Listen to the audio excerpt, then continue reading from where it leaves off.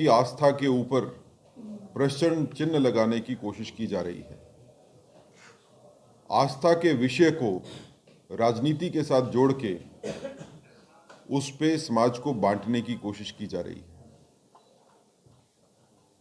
जैसा आपने देखा, श्राइन बोर्ड मेडिकल कॉलेज में एडमिशन्स को लेके जो एक कंट्रोवर्सी का माहौल बना है, जिसमें 50 में से 42 स्टूडेंट्स जो हैं वो उस धर्म से आते हैं जिनकी आस्था वैष्णो देवी जी में नहीं है। तो एक चिंता का विषय है, एक आस्था का क्वेश्चन है। हिंदू समाज में ये आक्रोश है कि वो संस्थान जो डोनेशंस जो श्राइन के नाम पे दी जाती है, उसकी कमाई से अगर मेडिकल कॉलेज बनता है तो उसका इस्तेमाल उसी कम्युनिटी के लिए हो जिसकी आस्था श्राइन में है या जो कंट्रीब्यूट करते हैं डोनेशंस को श्राइन में। और इसको लेके जम्मू में जनता और जम्मू के बाहर भी जनता जो है वो सजग है,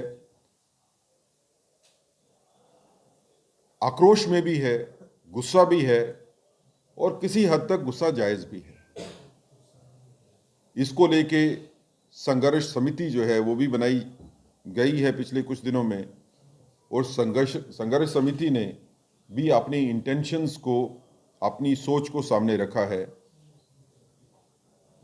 भारतीय जनता पार्टी की तरफ से भी कुछ नेतागण के बयान जो है वो सामने आए हैं, जिसमें उन्होंने भी विचार ये रखा है कि इस तरह की आस्था से खिलवाड़ नहीं होना चाहिए, और अगर धर्म विशेष की डोनेशन से बना हुआ अगर कोई संस्थान है तो फिर उस धर्म विशेष की आस्थाओं को ध्यान में रख के ही सीटों का वितरण होना चाहिए।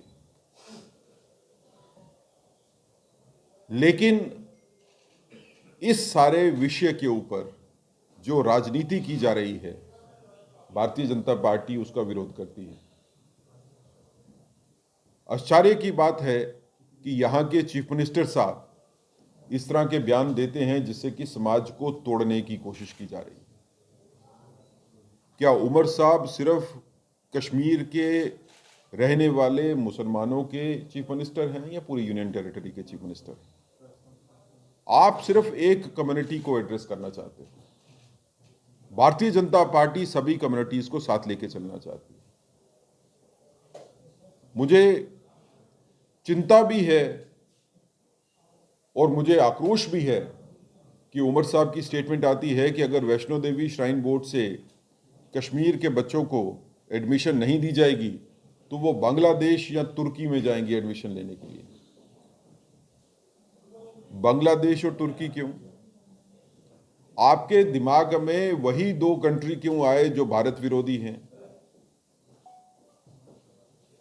जो भारत के साथ वैसा व्यवहार करते हैं जो दुश्मन ही कर सकता है? कहने को तो उमर साहब किसी और कंट्री का, इंग्लैंड का, फ्रांस का नाम भी ले सकते थे, लेकिन आपके दिमाग में जो एंटी नेशनल फीलिंग है, जो समाज के खिलाफ फीलिंग है, जो भारत के खिलाफ फीलिंग है, वो उठ के सामने आती है जब आप बांग्लादेश और तुर्की का नाम लेते हैं। ये हमारी अनफॉर्चुनेट हमारे लिए है कि हमारे चीफ मिनिस्टर साहब जो हैं वो इस तरह के व्यक्तित्व वाले व्यक्ति हैं और इस तरह की बयानबाजी के ऊपर जो है वो करने की कोशिश करते हैं।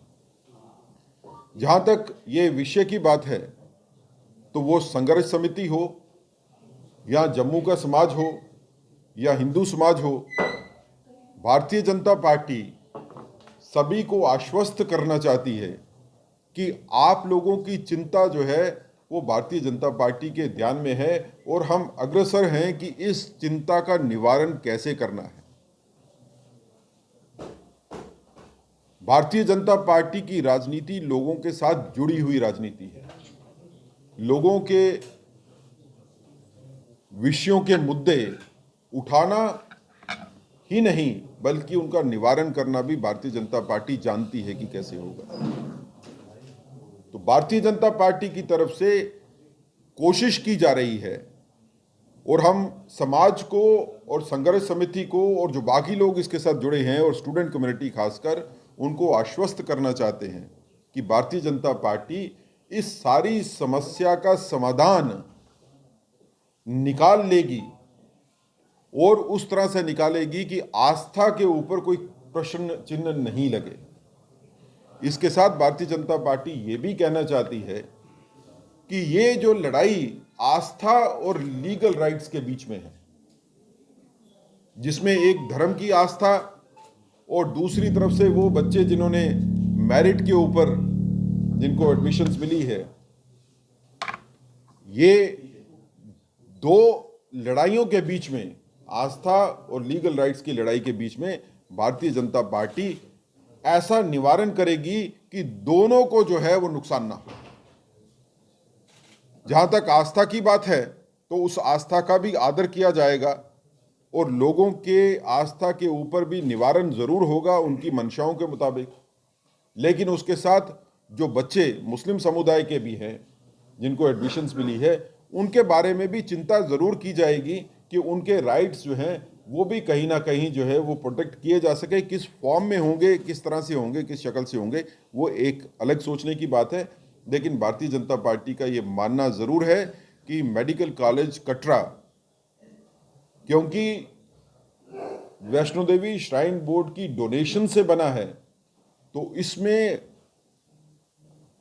हिंदू समाज के बच्चे जो मेडिकल में एडमिशन्स लेना चाहते हैं, इनमें प्राइमरी राइट्स उनका है और उनके राइट्स को सम्मान करना चाहिए और ऐसी सिचुएशन पैदा न हो कि जिसमें समाज को बांटने की बात की जाए। आज नेशनल कॉन्फ्रेंस हो, पीडीपी हो, कांग्रेस हो, ये समाज को बांटने की कोशिश कर रहे हैं हिंदू और मुसलमान में। हम समाज को इकट्ठा रखना चाहते हैं, लेकिन समाज को इकट्ठा रखने के साथ दोनों धर्मों की आस्थाओं को भी हम उतनी ही मान्यता देना चाहते हैं। कल अगर आस्था का सवाल मुस्लिम समुदाय के ऊपर होगा तो भारतीय जनता पार्टी उनकी आस्था के साथ भी खड़ी रहेगी। आज प्रश्न चिन्ह जो है वो हिंदू धर्म की आस्था के ऊपर है, तो भारतीय जनता पार्टी उस आस्था का निवारण करने के लिए, उस आस्था में विश्वास बनाए रखने के लिए अग्रसर है। जो करना होगा इसमें वो किया जाएगा और आने वाले कुछ दिनों में इस सारी समस्या का जो है वो निवारण हो जाएगा। लोगों को एजिटेट होने की ज़रूरत नहीं है। संघर्ष समिति ने जो अपना पक्ष रखा हम उसका सम्मान करते हैं। जो बाकी स्टूडेंट्स एसोसिएशंस हो या राजनीतिक दल हो या सामाजिक दल हो, जो वो भी अपनी बात रखी जो उन्होंने आस्था के विषय को लेके, उसका भारतीय जनता पार्टी सम्मान करती है और हम उनके साथ हैं।